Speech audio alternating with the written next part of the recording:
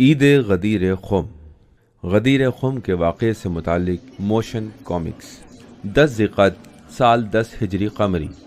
پیغمبر اکرم صلی اللہ علیہ وآلہ وسلم کے لیے اللہ تعالیٰ کی جانب سے ایک فرمان جاری ہوا، اے پیغمبر ابلاغ کر دو، تمام پیدل و سوار اور جتنے بھی آگے جا چکے ہیں تمہارے پاس واپس آ جائیں۔ فتح مکہ کے بعد پیغمبر اکرم کا یہ پہلا اور آخری حج تھا۔ یہ خبر بہت تیزی سے سب جگہ پھیل گئی۔ حضرت فاطمہ زہرا سلام اللہ علیہ، امام حسن علیہ السلام، امام حسین علیہ السلام اور ازواج پیغمبر سب کے سب مسجد سجرہ پہنچ گئے، اور چند گھنٹوں بعد تاریخ اسلام کا اس وقت کا سب سے بڑا کاروان حج سفر حج کے لیے تیار ہو گیا۔ امام علی علیہ السلام جو تبلیغ کی غرض سے یمن گئے ہوئے تھے، فرمان حج کا سنتے ہی یمن سے ہی مکہ کی جانب روانہ ہو گئے۔ مکہ میں داخل ہونے سے پہلے پیغمبر اکرم نے کاروان حج کے لیے ایک نیا حکم نامہ جاری کیا۔ وہ لوگ جو اپنے ہمراہ قربانی لے کر نہیں آئے ہیں وہ احرام سے خارج ہو جائیں اور اپنے حج کو عمرہ میں تبدیل کر دیں۔ بعض لوگ اس حکم نامے سے ناخوش ہوئے اور مجبوراً قبول کیا۔ نبی مکرم کے احکامات پر یہ اعتراضات کا پہلا سلسلہ تھا۔ تمام حاجیوں نے 3 دن مکہ میں قیام کیا۔ پیغمبر اکرم نے اپنی خیمہ گاہ سے پروردگار کے ابلاغ کردہ پیغام کا آغاز فرمایا۔ علی میرا بھائی اور میرے بعد تمہارا صاحب اختیار ہے، علی میرا جانشین، اور علی کی نسبت میرے ساتھ وہی ہے جو ہارون کی موسیٰ کے ساتھ۔ دوسرے دن عرفہ میں تھے کہ آپ نے اپنے آس پاس کے لوگوں سے ارشاد فرمایا، اگر کچھ پوچھنا ہے تو پوچھو۔ حیران و پریشان لوگوں نے فوراً ہی پوچھا، آپ کا جانشین کون ہے؟ جواب میں سننے کو ملا، میرا بھائی، میرا وزیر، میرا جانشین، میرے اہل بیت کا وہ بہترین فرد جسے میں تمہارے لیے چھوڑ کر جاؤں گا، علی ابن ابی طالب ہے۔ حج کے اعمال ختم ہوئے۔ 38,000 اہل مکہ، 12,000 یمنی اور 7,000 اہل مدینہ سب کے سب نے وطن واپسی کا قصد کیا۔ فرشتہ وحی حضرت جبرائیل نے آ کر خداوند متعال کی وحی کو پیغمبر اکرم تک پہنچایا اور فرمایا کہ علی علیہ السلام کو امیر المومنین کے نام سے سلام کرو۔ کاروان حج مقام غدیر خم پہنچا، اور اب بھی کافی لوگ ایسے تھے کہ جنہوں نے پیغام رسالت مآب کو نہیں سنا تھا۔ حضرت جبرائیل ایک بار پھر وحی خدا کو لے کر آئے، اے پیغمبر ابلاغ کرو، کیونکہ اگر ابلاغ نہ کیا تو اپنی رسالت کو نامکمل پاؤ گے۔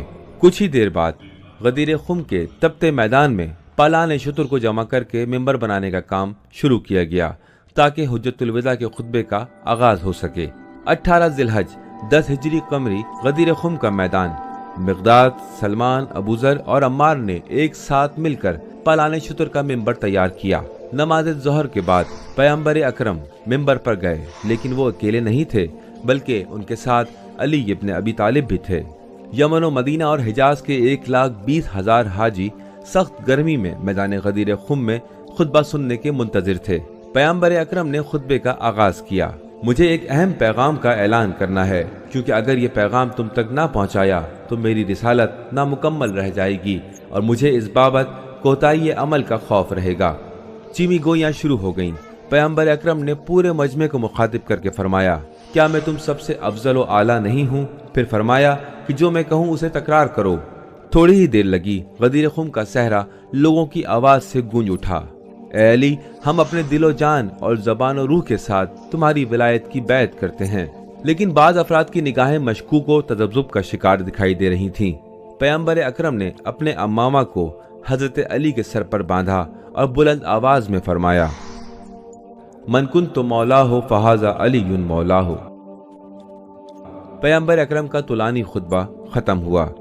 پیغمبر اکرم اور حضرت علی کا مخصوص خیمہ وہاں پر لگایا گیا۔ لوگوں نے گروہ در گروہ کی صورت میں خیمہ مبارک پیغمبر اکرم میں آنا شروع کیا اور مبارکباد پیش کرتے رہے، اور پھر امیر المومنین حضرت علی کے خیمے میں جا کر بیعت کرنا شروع کر دی۔ مرد امیر المومنین حضرت علی کے ہاتھ پر بیعت کرتے رہے، اور خواتین پردے کی دوسری جانب پانی کے برتن میں ہاتھ رکھ کر امیر المومنین علی علیہ السلام کی بیعت کرتی رہیں۔ غدیر خم میں قیام کا دورانیہ 3 دن تک جاری رہا۔ تیسرے دن کے آخری حصے میں اب بھی کچھ تھے جن کو تردید و شکوک و شبہات لاحق تھے۔